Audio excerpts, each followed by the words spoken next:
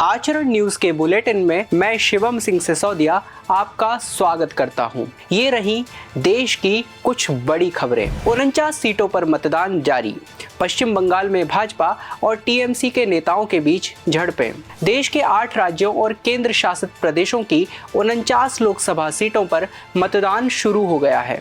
उत्तर प्रदेश की कुल 14 सीटों पर वोट डाले जा रहे हैं। इस चरण में कई दिग्गज मैदान में हैं। इसमें राहुल गांधी, स्मृति ईरानी, रक्षा मंत्री राजनाथ सिंह, उमर अब्दुल्ला, चिराग पासवान, पीयूष गोयल और राजीव प्रताप रूडी भी शामिल हैं। इसके अलावा आरजेडी की रोहिणी आचार्य की किस्मत का फैसला भी आज होना है।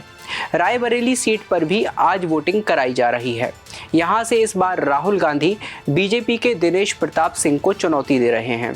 वहीं लखनऊ सीट से तीसरी बार रक्षा मंत्री राजनाथ सिंह चुनाव लड़ रहे हैं। इस चरण में यूपी की 14, महाराष्ट्र की 13, बिहार और उड़ीसा की 5-5, पश्चिम बंगाल की 7, झारखंड की 3 और जम्मू कश्मीर लद्दाख की 1-1 सीट पर मतदान कराया जा रहा है। बता दें कि चौथे चरण तक 379 सीटों पर मतदान संपन्न हो चुका है। पश्चिम बंगाल में कई जगहों पर झड़पों की भी खबरें आ रही हैं। 7 सीटों पर चल रहे मतदान के दौरान हुगली के आरामबाग में टीएमसी नेता पर कथित तौर पर बीजेपी के कार्यकर्ताओं ने हमला कर दिया, जिससे वे गंभीर रूप से घायल हो गए। खानकुल में भी कार्यकर्ताओं के बीच झड़प हो गई। हावड़ा जिले में उलबेरिया और सालकिया में भी बीजेपी और एमसी नेताओं में झड़प हो गई। श्रद्धालुओं के लिए खुशखबरी। 4 धाम यात्रा के लिए खुला ऑफलाइन रजिस्ट्रेशन। 4 धाम यात्रा के लिए भक्तों को बड़ी राहत मिली है। 4 धाम के लिए रजिस्ट्रेशन को लेकर 5 दिन बाद रजिस्ट्रेशन स्लॉट खुलने से श्रद्धालुओं ने राहत की सांस ली है।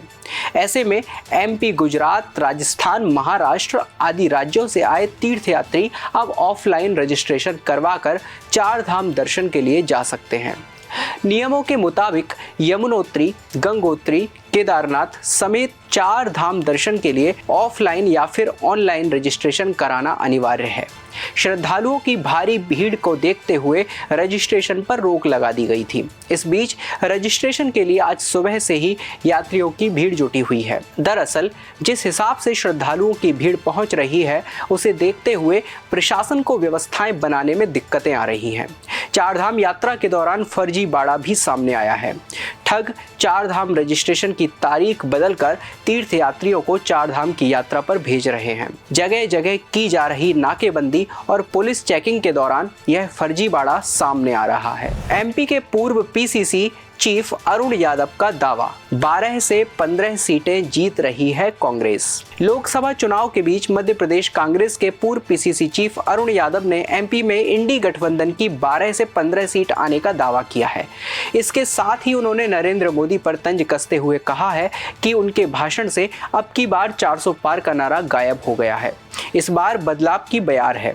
पूर्व केंद्रीय मंत्री व पूर्व पीसीसी चीफ अरुण यादव अल्प प्रवास पर रीवा से होते हुए कटनी पहुंचे थे, जहां मिशन चौक स्थित पार्षद कार्यालय में कांग्रेस के नेताओं और कार्यकर्ताओं ने उनका स्वागत किया। मीडिया से बातचीत में अरुण यादव ने बताया, मोदी जी ने जो चुनाव के पहले अब की बार 400 पार का नारा दिया था, वो गायब हो गया है। वो अपने भाषण में जिस भाषा शैली का प्रयोग कर रहे हैं, इससे पता चलता है कि अब भाजपा की सरकार पुनः नहीं बनने वाली। अरुण यादव ने कहा, सोनिया गांधी, राहुल गांधी के नेतृत्व वाली कांग्रेस और इंडी गठबंधन सत्ता में आएगी। रही बात लोकसभा चुनाव की, तो 4 जून को आने वाले निर्णयों में एमपी की 12 से 15 सीट कांग्रेस की होंगी। कांग्रेस में संगठन को मजबूत बनाने की कवायद, आज से बैठकों का दौर शुरू।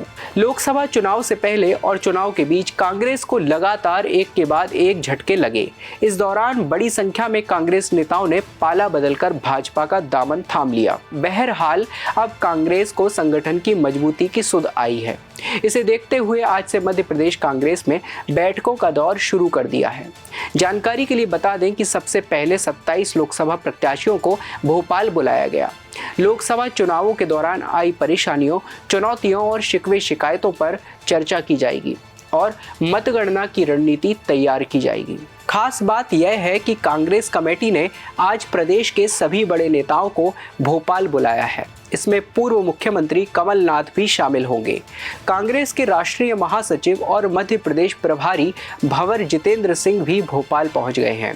वे यहां लोकसभा चुनाव के बाद की स्थितियों को लेकर प्रदेश कांग्रेस कमेटी के साथ अहम मुद्दों पर चर्चा करेंगे। मादा चीता वीरा पहुंची भंवरपुरा, 3 बकरियों को बनाया शिकार, ग्रामीणों में दहशत। मध्य प्रदेश के श्योपुर जिला स्थित कूनो नेशनल पार्क की सीमा लांघकर पिछली 4 मई से बाहर विचरण कर रही मादा चीता वीरा मुरैना जिले के जौरा पहाड़गढ़ होते हुए ग्वालियर और मुरैना जिले की सीमा पर स्थित ग्राम भंवरपुरा में विचरण करते हुए देखी गई है।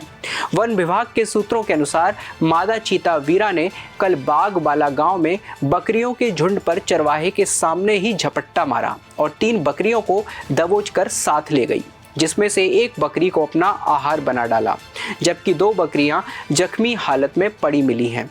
चीता के आने की खबर से ग्रामीणों में दहशत फैल गई है और वे अपने खेतों में झुंड बनाकर जा रहे हैं। कूनो नेशनल पार्क की टीम ने वहां पहुंचकर मादा चीता वीरा की निगरानी शुरू कर दी है। आज के बुलेटिन में फिलहाल इतना ही। आने वाली खबरों के लिए जुड़े रहिए आचरण न्यूज के साथ। देश दुनिया की सभी खबरें देखने के लिए जुड़े रहिए आचरण न्यूज से। आचरण न्यूज, हर कदम आपके साथ।